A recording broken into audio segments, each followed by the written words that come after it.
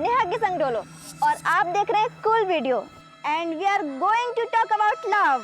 Love means प्यार, इश्क और मोहब्बत। तो बताओ, तुम मुझे प्यार भी करते हो, इश्क भी करते हो और मोहब्बत भी ना? हाँ।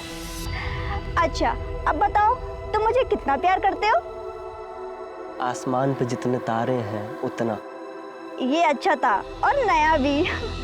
अच्छा बताओ, और तुम मेरे लिए क्या कर सकते हो? जान दे सकते हो?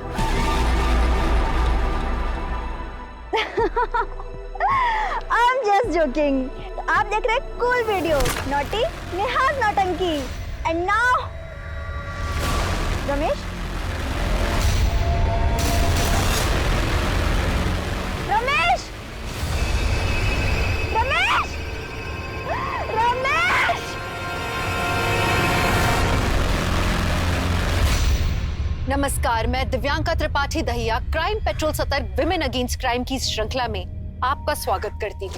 एक रिसर्च में पाया गया है कि पूरी दुनिया में जितने भी गुनाह होते हैं उनमें से सबसे ज्यादा अपराध औरतों के साथ होते हैं। कभी आपने सोचा है ऐसा क्यों होता है? क्यों औरतों को ज्यादा शिकार बनाया जाता है? औरतों के साथ जोर जबरदस्ती करने वाले मर्दों को क्यों ऐसा लगता है कि उन्हें पुरुषार्थ का सर्टिफिकेट मिल गया? इसके लिए सिर्फ पुरुष प्रधान मानसिकता दोषी है या कुछ और? ऐसा क्या है जो औरतों को क्राइम के लिए सबसे ज्यादा वल्नरेबल बनाता है? ऐसे कई सवालों के जवाब ढूंढने की कोशिश करेंगे हम आज की इस हैरत अंगेज कहानी में। गांव खेड़े के दोस्तों और शहर के फ्रेंड्स, आप सबका दुनिया का सबसे फाड़ू व्लॉग सीमा के संसार में स्वागत है। और आज का हमारा विषय है दादी के हाथ की बनी मूली की चटनी। वैसे अब मैं आपको बताऊंगी कि मूली की चटनी कैसे बनती है। ये है टमाटर, प्याज, अदरक, मूली, मिर्च।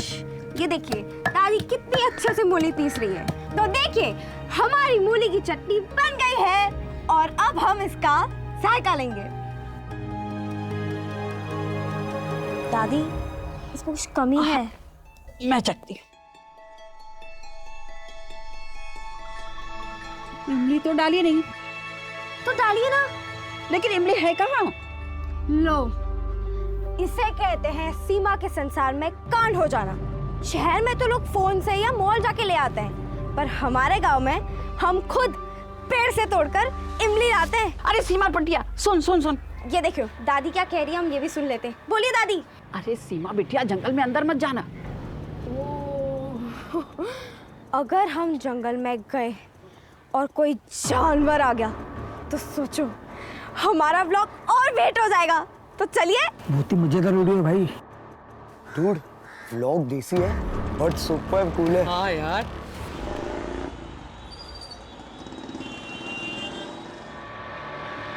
नमस्कार सर जी। चंदन सेठ, आप और यहाँ बैठिए। अरे सर जी, आप तो हमारे भगवान हैं, हम आपके पुजारी हैं। अब पुजारी मंदिर नहीं जाएगा तो और कहाँ जाएगा? प्रसाद भी लाया हूँ, भोग चढ़ानी। बस आपका आशीर्वाद हम पर बना रहे। टैक्स डिफॉल्टर का जो केस चलाया ना आपने मेरे खिलाफ, उसे वापस लीजिए। सारे सबूत डिस्ट्रॉय कर दीजिए।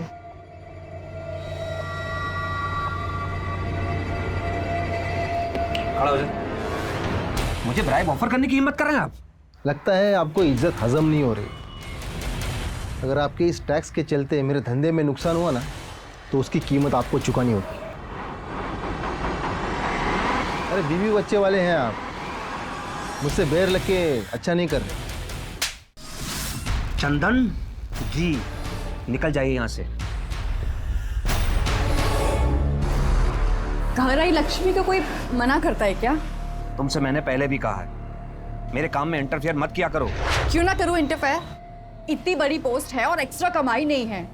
सैलरी में कोई जिंदगी कटती है क्या? तुम्हें पता है मेरी सारी सहेलियां ना इतनी बड़ी बड़ी गाड़ियों में आती हैं, इतने महंगे महंगे कपड़े पहनती हैं और मैं तो उनके सामने ना काम वाली दिखती हूँ। तुमसे बात करना बेकार है।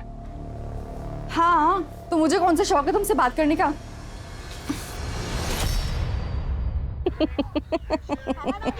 क्या बात है, बड़ी मुस्कुरा रही है। देखी ना, हमारी बिटिया कितनी प्यारी लग रही है। हाँ, वीडियो भी तो कितना शानदार लग रहा है? यही दिमाग अगर पढ़ाई लिखाई में लगाया होता तो? हमें पढ़ाना लिखाना नहीं है उसे, कोई डॉक्टर या इंजीनियर नहीं बनाना है। ऐसा है गृह मंत्री जी, अपनी सीमा को ना फिल्म डायरेक्टर बनाना है। डैडा, मुझे डांसर बनना है, मुझे सालसा क्लास ज्वाइन करना है। आपको पता है फीस कितनी है? 75,000। क्या जरूरत है इतना पैसा खर्च करने की?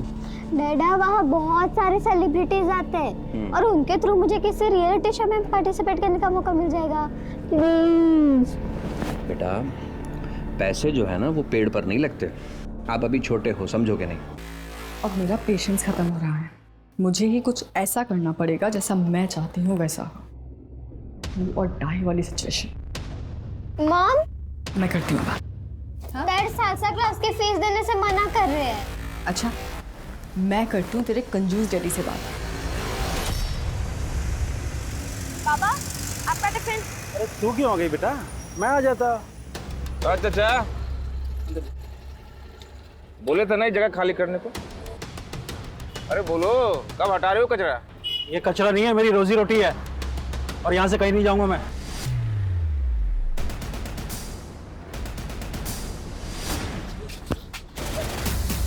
पापा, क्यों मारा मेरे पापा को? प्यार से बोला था ना। वरना और भी तरीका है हमारे पास। क्यों रे, बता चाचा को, बता। लब या तो ये जगह खुद खाली कर, नहीं तो तेरी बेटी से शादी कर ये जगह दहेज में ले लूंगा। खबरदार, अगर मेरी बेटी की तरफ आग उठाकर भी देखा तो सदा चमचे। क्या क्या तुमने? पापा, अब देखो। चुपचाप जगह खाली कर।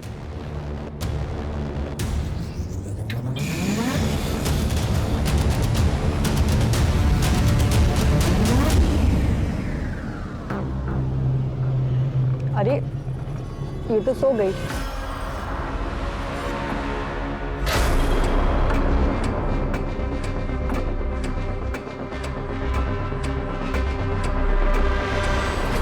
अरे ये बीच रोड पे कौन?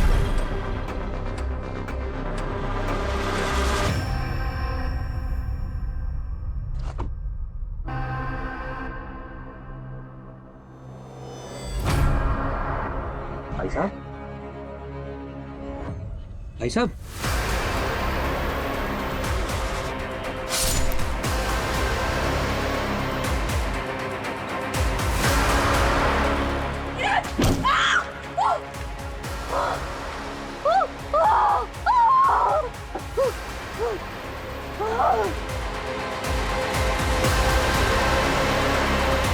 मम्मी, मम्मी क्या हुआ? मम्मी।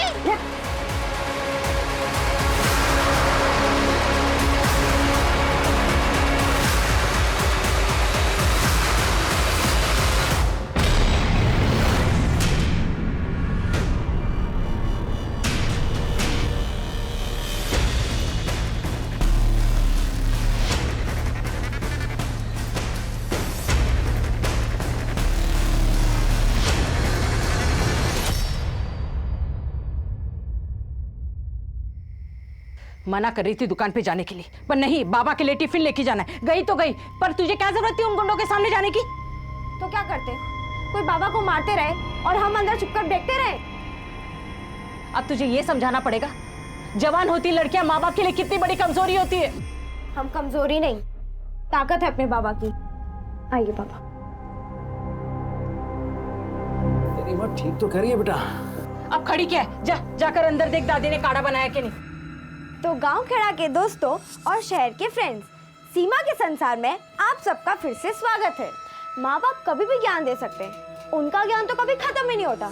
पर अब हम ज्ञान से दूर जाते हैं और देखते हैं कि दादी काढ़ा कैसे बना रही है। काढ़ा रेडी? अरे खाक रेडी है, ना तो अजवाइन है और ना ही लौंग। रुक, मैं लेके आती हूँ। नहीं, आप रहने दीजिए, मैं लेके आती हूँ। तो फ्रेंड्स, चलो हम लौंग और अजवाइन लेके आते हैं। अरे सुन, इतनी रात को कहाँ जा रही है? अरे कहाँ जा रही है तू? सीमा, इसका तो भगवान ही मालिक है, सुनती ही नहीं है बिल्कुल। तो देखा दोस्तों, मैंने कैसे एकदम चालाकी से सस्ते में ये लौंग और अजवाइन ले ली। वैसे आपको मुझसे ये चालाकी सीख लेनी चाहिए।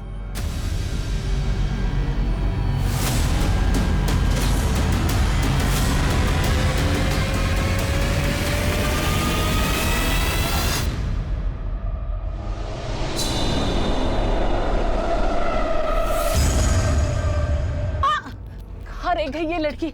सीमा, कितनी बार कहा सीमा। अरे जाकर मालती के घर जा देख कर आओ, वहां तो नहीं बैठ गई? लाओ लाओ जल्दी लाओ। मालती, मालती, कहाँ रह गई सीमा?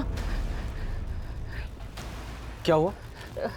सीमा यहाँ आई है क्या? यहाँ तो नहीं आई। सीमा कहाँ गई होगी? सीमा, सीमा, सीमा, दुकान गई थी ना? मैं दुकानदार से पूछ के आता हूँ। सीमा, सीमा, सीमा, कहाँ गई सीमा? मिली? इधर भी कहीं नहीं है। अरे वो दुकानदार तो कहता है वो बहुत देर पहले चली गई। वहाँ पे भी नहीं है। कहाँ गई? अरे गांव में नहीं, कहीं वो जंगल की तरफ। एक मिनट, मैं अमित जी को फोन करता हूँ, बहुत भले मानस है हम। जंगल के बारे में उनसे ज्यादा किसे पता होगा? सीमा, हाँ बिजू बोलो। मेरी बेटी सीमा नहीं मिल रही है, पूरा गांव छान मारा, कहीं दिखाई नहीं दे रही हो। मेरी तो जान हलक में अटक गई है। कहीं वो जंगल में। अरे ऐसा कुछ नहीं है भाई, यहीं कहीं होगी, आ जाएगी बिटिया। तुम मंदिर के सामने आ जाओ, मैं पुलिस को लेके आता हूँ, ठीक है? क्या हुआ? अमित जी पुलिस को लेके आ रहे हैं मंदिर के पास। हाँ, चलो चलते हम लोग भी आगे। चलो हम।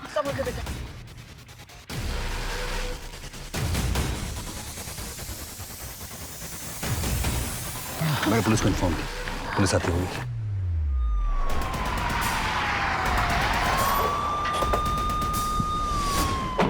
Thank you officer. क्या विजू कौन है?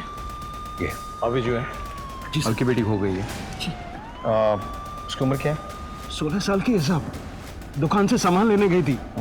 दुकानदार और ग्राहकों ने बताया कि वो सामान लेके चली गई, लेकिन अभी तक घर नहीं आई। ऑफिसर, यहाँ पर कुछ दिनों से एक नरभक्षी बाघ घूम रहा है।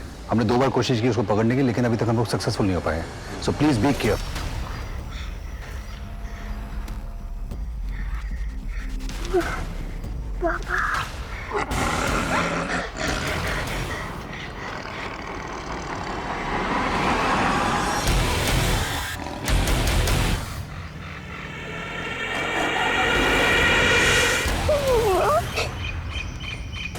सीमा! सीमा!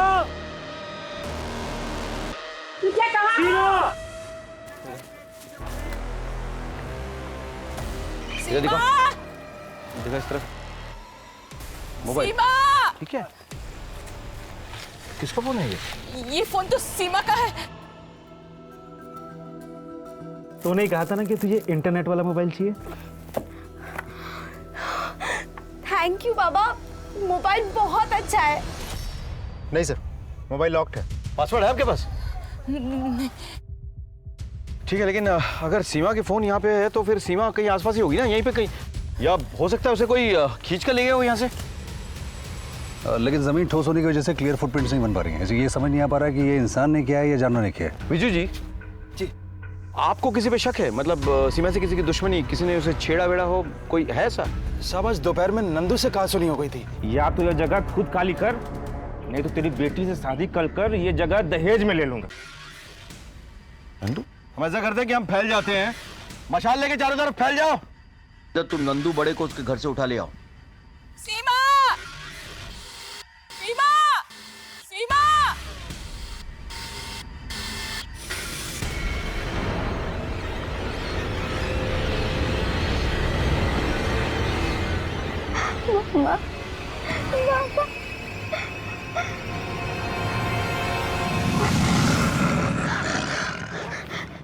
एक तरफ जवान लड़की सीमा के खो जाने से पूरे गांव में सनसनी फैल गई। लोग तरह तरह की बातें करने लगे। दूसरी तरफ जंगल के जानवरों और शेर के कारण गांव में आतंक का माहौल मचा हुआ था और निकिता आदमखोर शेर और जानवर जैसे लोगों से बचने के लिए रात के अंधेरे में सुरक्षित स्थान पर पहुंचने की कोशिश कर रही थी। और सीमा का क्या हुआ था? वो कहां और किस हालत में थी? सर, फॉरेंसिक टीम से सीमा का मोबाइल अनलॉक करवा लिया है। वंडरफुल। ये लास्ट वीडियो। इसमें तो लग रहा है कि सीमा घर को लौट रही है। हाँ? और फिर वहां से वो जंगल की तरफ चली गई। सर, मोबाइल गिर गया? ये तो समझ में नहीं आ रहा है। सिर्फ इतना कि जो कुछ भी हुआ उसके साथ, वो दुकान से लौटते और घर वापस जाते वक्त। जी। हाँ? और कोई वीडियो है क्या? एक और है सर, अरे लाज रख। अरे वो डाल, इसको पीछे डाल। ये वीडियो सीमा के मोबाइल में कैसे? हैं? सीमा ये क्या कर रही थी? कौन सी जगह ये? सर देख के तो पुराने टीले के पीछे वाला हिस्सा लग रहा है। अच्छा। एक और बात सर, इस नंबर से सीमा को बार बार कॉल्स आ रहे थे। इस नंबर पे डिटेल निकाल और एक टीम बनाओ। हम इस पुराने टीले के पीछे जो ये अड्डा है, इस पे तुरंत हवा बोलेंगे।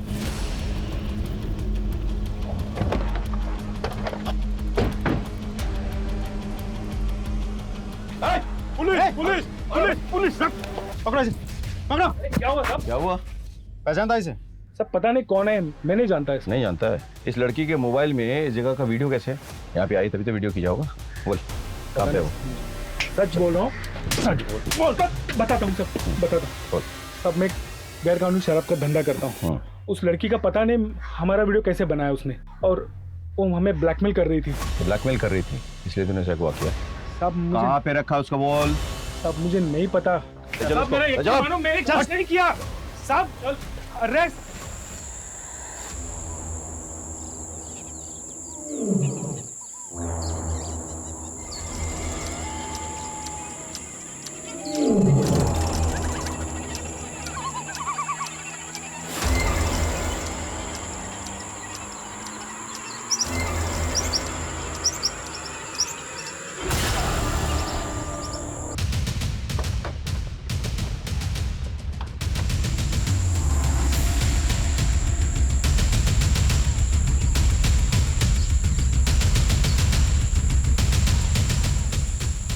सर हालत देख के तो लगता है किसी जंगली जानवर ने नोच खाया इसे। यकीनन कोई दूर से लाश को घसीट के लाए यहाँ पे।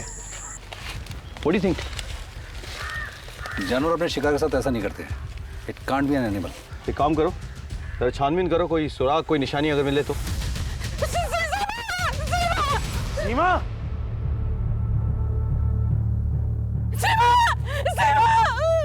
मेरे बच्चे का क्या हुआ?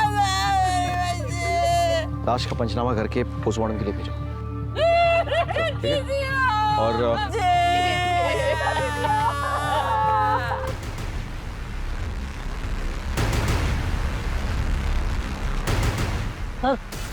चश्मा मिला। इसको रखो, एविडेंस के ऊपर रखो।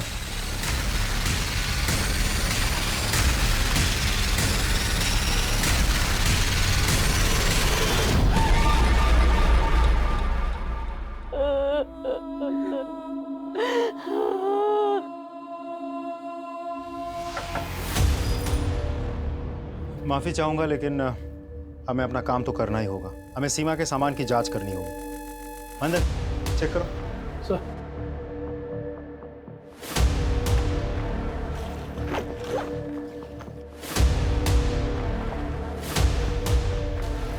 Sir love letter sir. लाल स्याही है या ब्लड है? किसी ऋषि ने लिखा है। सीमा को कैसे जानता? वो सर हमारे गांव से थी सर। मैं बहुत प्यार करता था सर उससे। मैंने बहुत कोशिश की सर, लेकिन वो मेरे प्यार को कभी समझ ही नहीं पाए सर। तेरे हाथ में ये क्या निशान है? वो सर मैं अपने खून से सीमा को लव लेटर लिखा करता था।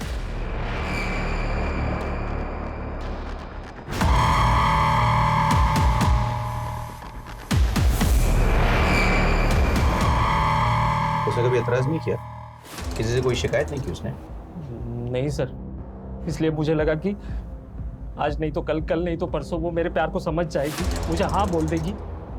लेकिन उसके पहले ही मर गई या तूने उसे मार डाला? मैंने? हाँ तूने, क्योंकि उसने तेरे प्यार को ठुकरा दिया था। और जो इंसान अपने खून से लव लेटर लिख सकता है ना किसी को, वो खून भी कर सकता है। समझ में आया? नहीं सर, मैं किसी को नहीं मार सकता सर। मैंने सीमा को नहीं मारा सर। संदीप, दूसरा तरीका अपनाओ। चल सच बोल। सर मैं सच बोल रहा हूँ, सच बोल रहा हूँ सर, सच बोल रहा हूँ सर।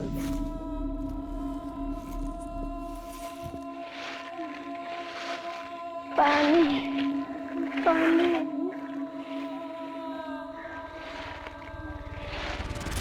चश्मा किसका हो सकता है? सीमा के मर्डर के 2 सस्पेक्ट्स को हम जानते हैं, ऋषि और जायसवाल, दोनों चश्मा नहीं लगा। फिर तीसरा कौन है? हाँ, हमें ये डायरी मिली है सर। उसने इस डायरी में लिखा है कि वो अपनी सुनीता दीदी की असमय मौत से काफी सदमे में थी। वो उसे नेचुरल डेथ नहीं मानती थी और वो इस मौत का सच जानना चाहती थी सर। एक बात और सर, किसी ने इस डायरी से एक पेज फाड़ा है। सीमा की डायरी का एक पेज फटा हुआ था, वो किसने और क्यों फाड़ा और क्या था उस पेज में? सीमा डायरी लिखती थी ये तो पता है, पर वो पन्ना किसने और क्यों फाड़ा ये नहीं पता सर। सुनीता कौन है? सीमा की करीबी दोस्त, दोनों में बहुत बनती थी। सीमा तो उसे अपनी दीदी ही मानती थी, पर कुछ दिन पहले ही उसका स्वर्गवास हो गया। आप सुनीता के हस्बैंड हैं? जी साहब, प्रणाम। सुनीता की मौत कैसे और कब हुई? जी, सुनीता बहुत दिनों से बीमार थी और ऐसे में ही वो प्रेग्नेंट हो गई थी। सुनीता, तुम मेरी बात समझ ही नहीं रही हो। देखो हमारे ऑलरेडी 2 बच्चे हैं, फिर तीसरे बच्चे के लिए तुम अपनी जान जोखिम में क्यों डाल रही हो? जरा ठंडे दिमाग से सोचो, गिरा देते हैं इसे। मतलब हम अपने ही बच्चे को गला घोंट के मार डालें? नहीं कर पाऊंगी मैं ये, मुझसे पाप नहीं होगा। सुनीता की कोख उसके बच्चे का बोझ उठा नहीं पाई सर, और कुछ ही दिनों के बाद वो भी स्वर्ग सिधार गई।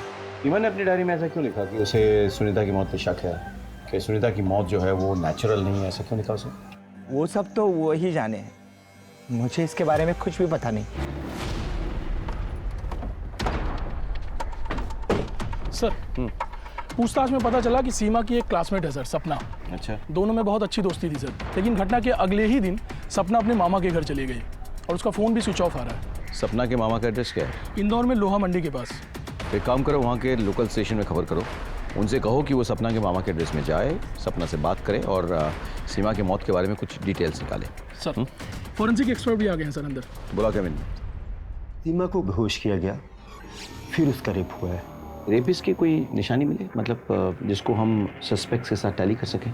सर, सीमेंट ट्रेसेस तो नहीं मिले और बॉडी पर कोई स्ट्रगल के निशान भी नहीं है। सीमा को ऑलरेडी क्लोरोफॉर्म देकर बेहोश किया गया, उसके बाद उसका रेप हुआ जी, और रेपिस्ट ने कॉन्डोम भी यूज़ किया था और किसी शार्प ऑब्जेक्ट से उसकी बॉडी को चीर कर उसमें से लंग और किडनी बाहर निकाले गए। वो वैशीपन उसी ने किया होगा। किसने? सीमा का चचेरा भाई सोनू दिमागी रूप से ठीक नहीं था। 1-2 बार तो उसने मेरे साथ जबरदस्ती करने की कोशिश की। किसी तरह मैंने अपने आप को बचाया। इसकी शिकायत मैंने सासू माँ से भी की थी। उन्होंने कहा घर की बात घर में ही दबाए रखो। 1 साल पहले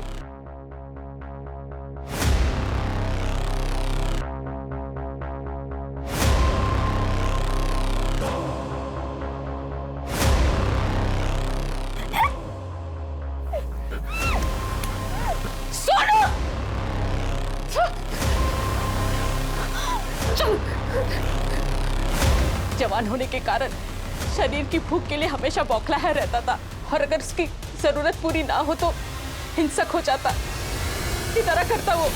उस दिन सासू माँ से बात करके हमने ये तय कर लिया और अपना अलग घर बसा लिया। सीमा से भी कह दिया था कि इसके बारे में किसी से भी कुछ भी ना कहे। मैं मानता हूं कि मेरे बेटी की हालत ठीक नहीं है, लेकिन वो सीमा के साथ ऐसा कभी नहीं कर सकता है। पहले घर तोड़ा और अब हमारी पुश्तैनी जमीन हड़पना चाहती है। अच्छा, तो इसीलिए कोर्ट केस चल रहा है? जी। रत्ना अच्छी औरत नहीं है, न उसके कोई आगे है न पीछे है। पता नहीं इस गांव में कहां से आ गई। स्कूल में नौकरी करती थी, वो अपना शर्मा टीचर है ना, उसने रखवाया था। बीजू उसके यहाँ आया जाया करता था, दोनों दोस्त थे। वहीं पर दोनों की आंखें लड़ गईं और बीजू अपना लट्टू हो गया। शादी के बाद पत्नी और माँ के साथ बीजू अलग रहने लगा। मैंने कभी कुछ नहीं कहा। आज जो हमारे मासूम बेटे के ऊपर रत्ना कर रही है, इसके ऊपर इल्जाम लगा रही है ना, ये ठीक नहीं है। ये बताइए कि सीमा के मौत के वक्त आप कहाँ पे थे? मैं सोनू की इलाज के लिए शहर गया हुआ था। ठीक है।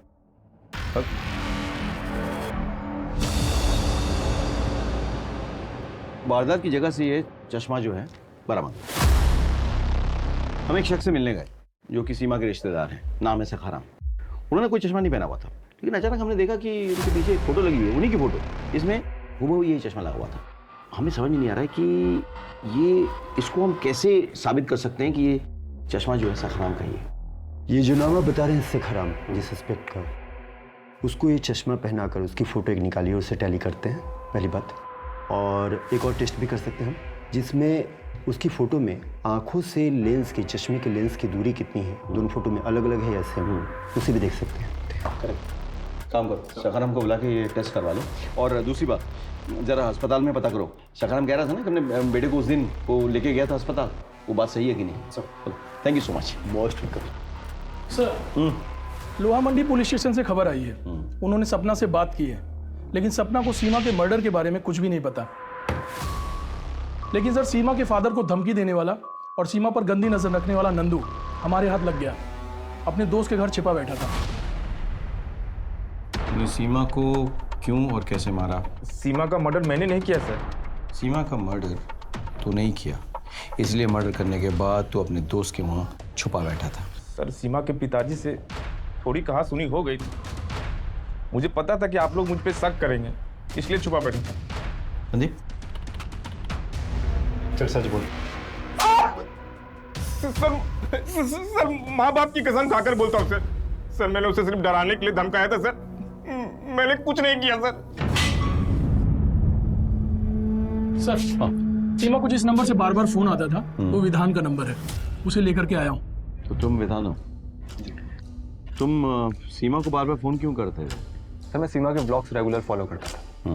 उसकी वीडियोस बहुत ही क्यूट, इनोसेंट बट इंटरेस्टिंग होती थी। मैंने उसका कांटेक्ट नंबर निकाला, उससे बात करने लगा। हम दोनों बहुत जल्दी अच्छे दोस्त बन गए। कभी उसने तुमसे जिक्र किया है कि उसकी किसी से लड़ाई झगड़ा हुआ हो या कोई उसे परेशान कर रहा हो? उसने एक बार मुझसे कहा था कि वो किसी को एक्सपोज करना चाहती है, और उसमें उसने मेरी मदद भी मांगी थी। किसी मदद? सर, मैं जर्नलिस्ट हूँ, एक अखबार के लिए काम करता हूँ। तो वो मेरी अखबार में एक न्यूज़ देकर किसी का पर्दाफाश करना चाहती थी। किसका पर्दाफाश? सर, डॉक्टर शुक्ला, गायनोकोलॉजिस्ट है। इनको पहचानते हो? नहीं, कौन है ये? सीमा। सर, मैं किसी सीमा नाम की लड़की से मिला नहीं। सच तो यह है कि सीमा आपके सारे काले करतूतों का भांडा फोड़ने वाली थी। आपको इस बात की भनक लग गई, आपने उसका मर्डर कर दिया। मैं सच ही बता रहा हूँ, इससे मेरा कोई वास्ता नहीं। मैं एक इज्जतदार डॉक्टर हूँ। सर प्लीज़, कुछ इल्ज़ाम लगाने से पहले सोच लीजिए। संदीप सर, सपना इसी एरिया में अपने मामा के घर आई हुई ना? जी सर। मुझे समझ नहीं आ रहा पुलिस मेरे पीछे क्यों पड़ी है। मैं तो सीमा की सिर्फ क्लासमेट थी, उसके साथ ये क्यों हुआ, कैसे हुआ, मुझे कुछ नहीं पता। तुम नहीं चाहती हो कि सीमा को न्याय मिले? उसके साथ जो वहशी बना हुआ वो किसी और के साथ भी हो सकता है ना? सर, मुझे सच में कुछ नहीं मालूम।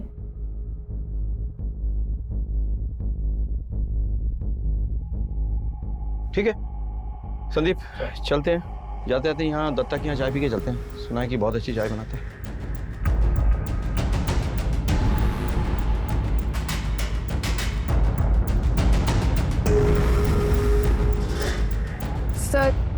सर, मैं सबके सामने नहीं बता सकती सर। सीमा की मौत के बाद मेरे माँ बाप बहुत घबरा गए थे, इसलिए उन्होंने मुझे मामा के घर भेज दिया।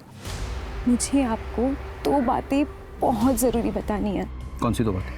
ऋषि सीमा के लिए दीवाना था। एक बार उसने सीमा को एसिड लेके धमकाया था। हे सीमा, अगर तूने मुझे हाँ नहीं बोला ना तो ये देख, एसिड फेंक दूंगा मुंह पे, चेहरा बिगाड़ दूंगा तेरा, समझी ना? दूसरी बात क्या? सीमा ने उसकी माँ को शर्मा टीचर के साथ देख लिया था।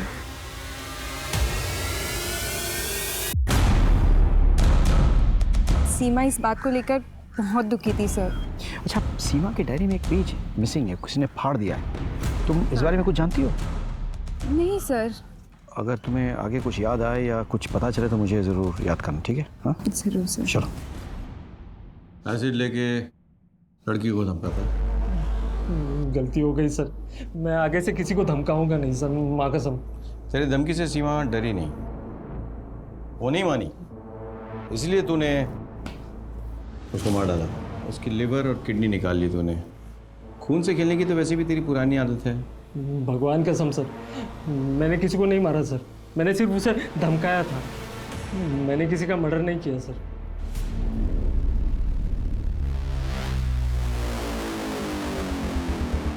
सर वायरलेस पे मैसेज आया, जंगल में एक डेड बॉडी मिली है।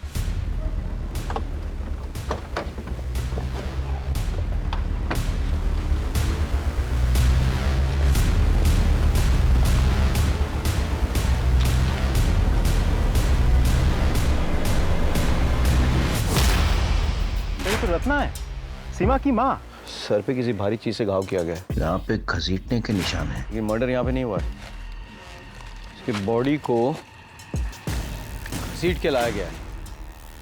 चारों ओर देखो जरा, कोई निशानी विशानी मिले तो। लाश का पंचनामा करके पोस्टमार्टम के लिए भेजो। सर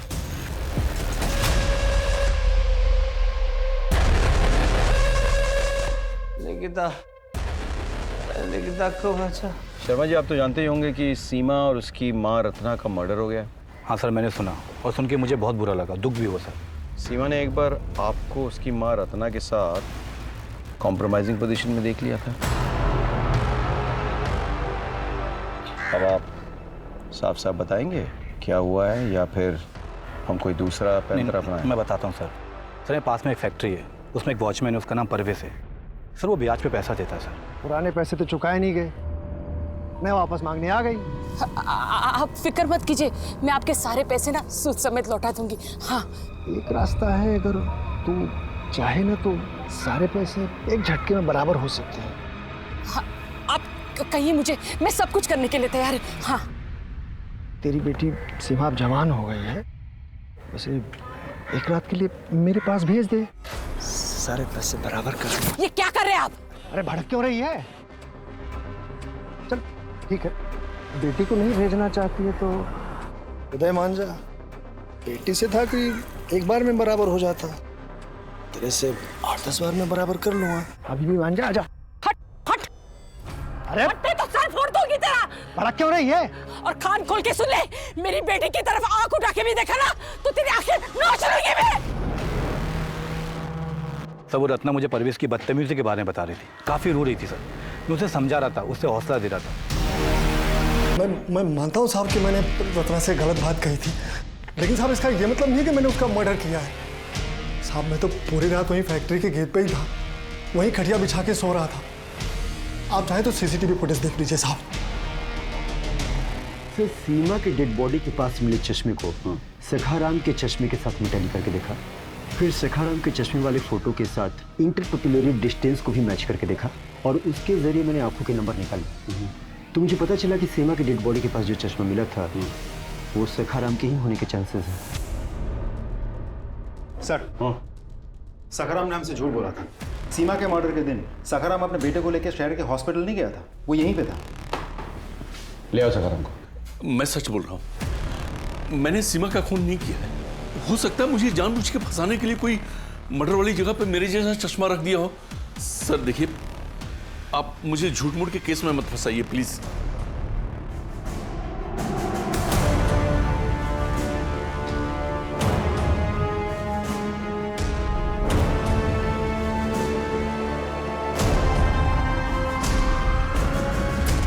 कुछ समझ में नहीं आ रहा है, कुछ तो मिसिंग है, कुछ तो मिसिंग है। माँ बेटी दोनों का मर्डर होता है, लेकिन बेटी के साथ रेप और उसकी बॉडी म्यूटिलेट की जाती है, लेकिन माँ के साथ ऐसा नहीं होता। लेकिन सर अभी भी मुझे एक बात समझ में नहीं आ रही, दोनों मर्डर किसी एक ही कातिल ने किया है या अलग अलग कातिलों ने? ये मुझे सर, हाँ, सीमा के मोबाइल से एक वीडियो विधान को भेजा गया था। अच्छा। पर वो डिलीट कर दिया गया था, इसीलिए तब पता नहीं चला, लेकिन साइबर सेल ने उस वीडियो को रिट्रीव किया सर। देखिए, आपके पेट में पल रही बच्ची का सेक्स एस्टिमेशन टेस्ट मैंने करा लिया, वो लड़का नहीं लड़की है। लेकिन आप चिंता मत कीजिए, आपके पेट में पल रही बच्ची को कहीं गिरवा देंगे। सर ये डॉक्टर श्रीवास्तव हैं। विधान और डॉक्टर श्रीवास्तव की जानकारी निकालते वक्त ये पता चला कि ये दोनों अक्सर आपस में मिलते हैं। सीमा ने मुझे यही वीडियो भेजा था, पर ये इतना ज़्यादा शेकी था कि ना तो चेहरा सही से दिख रहा था और ना ही प्रॉपर एड्रेस समझ आ रहा था। तो मैंने उसे कहा कि दूसरी वीडियो बनानी पड़ेगी, और वो भी मान गई। सीमा से जिसके खिलाफ सबूत इकट्ठा करवा रहा था, उसी डॉक्टर से बार बार मिलने क्यों जाता था? इन्वेस्टिगेटिव जर्नलिस्ट होता है, तो बस कुछ जानकारी इकट्ठी कर रहा था। डॉक्टर शुक्ला के बारे में गलत जानकारी क्यों दी हमें? उसका तो सीमा की मौत से कोई लेना देना नहीं था। क्या आप मुझे बिना कुछ जाने जाने देते? और अगर मैं आपको सब कुछ सच बता देता तो आप हॉस्पिटल चले जाते और डॉक्टर सावधान हो जाता। मेरे तो सारे काम पे करे कराए पे पानी फिर जाता ना। अपनी फाइंडिंग और अपनी स्टोरी कभी किसी के साथ शेयर नहीं कर सकता मैं। सर आप अपना काम कीजिए, मैं अपना काम कर रहा हूँ। डॉक्टर श्रीवास्तव, गैर कानूनी सेक्स डिटर्मिनेशन और अबॉर्शन के केस में आपको अरेस्ट किया जाता है। अरे ये वीडियो इतना शेकी है कि इसमें ढंग से न मेरी शक्ल दिख रही न जगह। ये किसी और का भी तो हो सकता है। आपको लगता नहीं किसी ने मुझे फंसाने के लिए वीडियो आपको भेजा हो? डॉक्टर साहब, सफाई आप कोर्ट में दीजिएगा।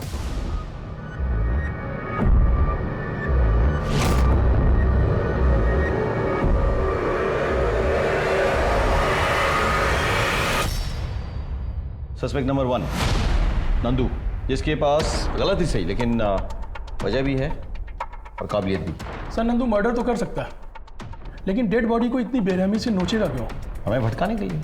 सस्पेक्ट नंबर 2 सखाराम, उसके बेटे ने सीमा और उसकी मां की इज्जत के साथ खिलवाड़ किया था। उसको डर था अगर ये बात सामने आ जाती तो समाज में उसकी बदनामी होती, और वैसे भी उसकी नज़र उनकी प्रॉपर्टी पे थी और डेड बॉडी के पास से भी तो हमें इसका चश्मा मिला था। यानी कि ये है हमारा prime suspect. Sir suspect number 3 Jaiswal, अवैध शराब वाला। लेकिन इसके खिलाफ एक वीडियो के अलावा हमारे पास कोई और पुख्ता सबूत नहीं है। इसने खुद कहा है कि सीमा उसे ब्लैकमेल करने की कोशिश कर रही थी। और वो हमें ब्लैकमेल कर रही थी। अरे जायसवाल जैसे आदमी के लिए इतना काफी नहीं है क्या सीमा का मर्डर करने के लिए? सस्पेक्ट नंबर 4 ऋषि, एक तरफा प्रेमी जो एसिड लेके सीमा को धमकाया था। करेक्ट। और सस्पेक्ट नंबर 5 है हमारा इन्वेस्टिगेटिव जर्नलिस्ट विधान, जो हमें शुरू से गुमराह करने की कोशिश कर रहा था। ऐन मुमकिन है कि ये विधान सस्पेक्ट नंबर 6 डॉक्टर श्रीवास्तव के साथ हो गया और दोनों ने मिलकर सीमा की हत्या की। एक और बंदा है परवेज। सर परवेज ने रत्ना को धमकाया था, लेकिन उसके पास सीसीटीवी फुटेज है अपनी बेगुनाही साबित करने के लिए। एक काम करते हैं, सीसीटीवी फुटेज फिर से देखते हैं। हाँ सर निकालो। जी सर। होल्ड करो, रिवाइंड करो, रिवाइंड करो। हाँ बस बस बस बस बस बस। ये देखो, देख रहे हो ये गंजा है, लेकिन परवेज के सर पे अच्छे खासे बाल हैं। सच बोल, सच बोल, बोल सोनिया, ये सच है साहब की सीसीटीवी के सामने मैंने अपने एक दोस्त को लिटाया था साहब, लेकिन मैं रत्ना का मर्डर करने नहीं गया था साहब। मैं अपनी छामिया को मिलने उसके अड्डे पे गया था साहब। पुलिस के पास 1-2 नहीं बल्कि 7-8 संदिग्ध अपराधी थे और इन सब के पास कत्ल करने का गलत ही सही पर कोई ना कोई मोटिव था और इन सब ने पुलिस इन्वेस्टिगेशन के दौरान झूठ बोला था। सब कुछ ना कुछ छुपा रहे थे और कोई पुख्ता सबूत न मिलने के कारण पुलिस किसी भी 1 या 2 इंसान पर जीरो डाउन नहीं कर पा रही थी। तभी अचानक कुछ ऐसा हुआ जिसने पूरे जांच पड़ताल की दिशा ही बदल दी। जैन सर। इंस्पेक्टर, हाईवे पर एक इनकम टैक्स ऑफिसर नीरज और उनकी वाइफ पर जानलेवा हमला हुआ है। दोनों बच गए हैं, लेकिन उनकी बेटी गायब है। शायद आपके एरिया में आई हो, या हो सकता है हमलावर उसे लेके जंगल में छुपे हों। एक काम करो, आसपास के सारे एरियाज में छानबीन करो। Right sir, right. Income tax officer Neeraj और उनकी बीवी पे हमला हुआ है, बच्ची और गाड़ी दोनों गायब है। सर जहां हादसा हुआ था वहां एक सीसीटीवी लगा है, उसकी फुटेज लाया हूं। लगा।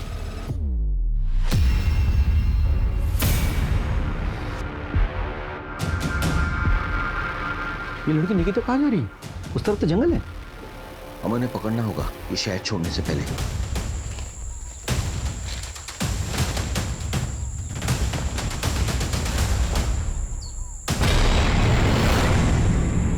जिन लोगों ने इसके माँ बाप पर हमला करके गाड़ी चुराई है, उन्होंने ये करतूत की होगी। शहर का हर गली कुछ छानो, सीसीटीवी फुटेज निकालो, हर गराज, हर सेकेंड हैंड कार डीलर को चेक करो। सर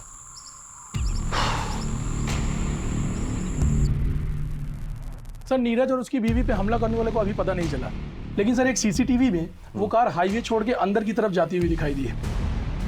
उसी तरफ एक गराज भी है सर। मुझे ऐसा लग रहा हो सकता है वो कार गराज की तरफ गई हो। ये गाड़ी यहाँ आई थी? हाँ सर, ये गाड़ी आई थी, अल्टरनेटर की प्रॉब्लम थी और सही होके चली गई। कौन कौन था गाड़ी में? आप जानते हैं उन लोगों को? सर कुछ बाहर के लोग लग रहे थे। ये किसकी गाड़ी है? ये सर अपनी गाड़ी है। मिट्टी जमी हुई है, कब तक खड़ी है गाड़ी? सर इस गाड़ी को एक ड्राइवर चलाता है, कुछ दिन पहले उसने आत्महत्या कर ली। अरे सर वही जिसका वीडियो वायरल चल रहा है। आप देख रहे हैं कूल वीडियो। उसके बाद इसे कोई ले नहीं जाता, मनौती लगा दी साले ने। ये इंडिकेटर कैसे टूटा? उसी के हाथों टूटा था सर, बोल रहा था कि सैलरी में कटवा देंगे। कब टूटा? बाजार वाले दिन टूटा था सर, बुधवार को। उस दिन ये गाड़ी कौन भाड़े पे लेके गया था? उस दिन तो रमेश का चाचा आया हुआ था सर, वही दोनों अपने पर्सनल काम से गए हुए थे।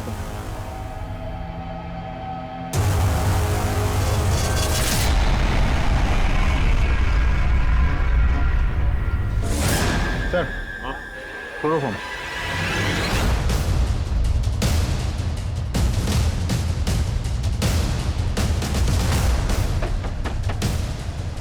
क्या बात है?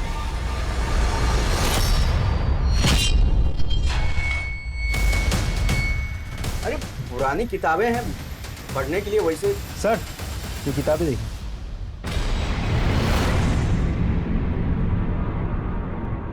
रमेश तेरी बहन का बेटा है, सीमा तेरे साली की बेटी थी। सीमा का रेप हुआ, मर्डर हुआ। वारदात की जगह से रमेश की गाड़ी की टेल लाइट मिली और तेरा चश्मा। और बाकी की कहानी तू अपने मुंह से बताएगा या फिर ये तेरे हलक से निकलेगा? मुझे बच्चा नहीं हो रहा था, हम बहुत परेशान थे साहब। हम एक तांत्रिक बाबा के पास गए, उसने मुझे गुप्त मंत्र दिया और ये किताबें थी। उसने कहा कि इसमें संतान प्राप्ति के जो कर्मकांड लिखे हैं वो पूरा करो, फिर संतान का योग बन जाएगा।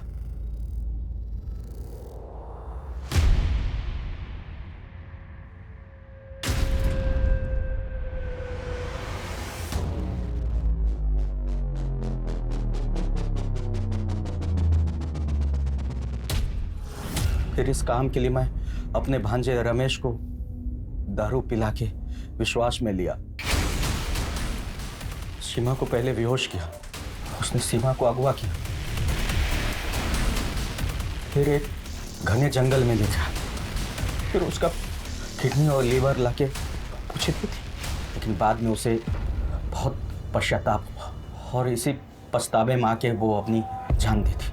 रत्ना को क्यों मारा? उस दिन हम तांत्रिक के कहे अनुसार सीमा के लीवर किडनी का कर्मकांड कर ही रहे थे, तभी अचानक रत्ना आ गई। अरे दीदी, दीदी सुनो। सीमा ने मुझसे कहा था कुछ दिन पहले तुम लोगों का एक तांत्रिक से मिलते और कर्मकांड की बातें करते हुए सुना था। उसने ये सब अपनी एक डायरी में लिखा था। जब मैंने वो पढ़ा तो मैंने वो पढ़ना फाड़ दिया और उसे कहा कि अपनी मौसी और मौसा के बारे में ऐसे मत लिखो। ये कपड़ा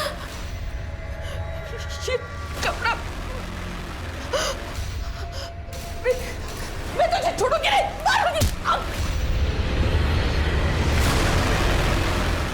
इतना जगह पर ही मर गई। तुम लोग को तो मैं फांसी की सजा दिलवा।